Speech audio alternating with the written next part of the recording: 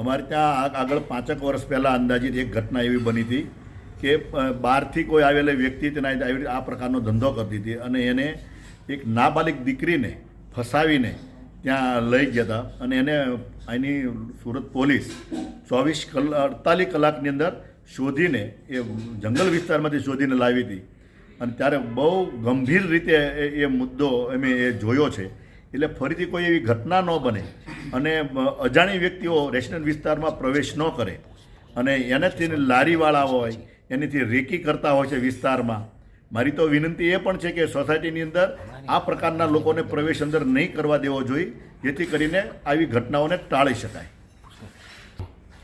Security guard જે corporation જે contract આપતી હોય છે, કરોડો રૂપિયાનો વાર્ષિક કોન્ટ્રાક્ટ હોય છે અને એવા સમયે જ્યારે આના કોર્પોરેશનની માલિકીની મિલકતો હોય છે ત્યાં સિક્યુરિટી ગાર્ડ સમયે નથી જોવા મળતા.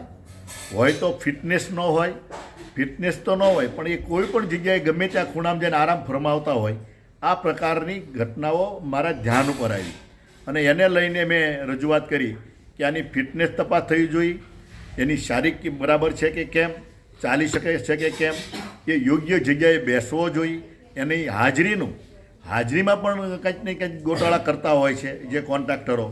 બે જે ગાર્ડ્સ ફાળવવાની જગ્યાએ એકમાં એ ચલાવી લેતા હોય છે, તો એના સ્તંભ પણ લેવા જોઈએ, એના નામ ને મોબાઈલ સાથેનું એનું રજિસ્ટ્રેશન થવું પડે. આ પ્રકારનું થાય તો યોગ્ય રીતે એને સેવા મળી રહે અને કોર્પોરેશનની મિલકતો સચવાય. વાંચનાલય, આંગણવાડી હોય એમાં પણ બેન દીકરીઓ, નાના બાળકોની સલામતી જળવાય એ માટે થઈને આ કાર્યવાહી કરવી જોઈએ.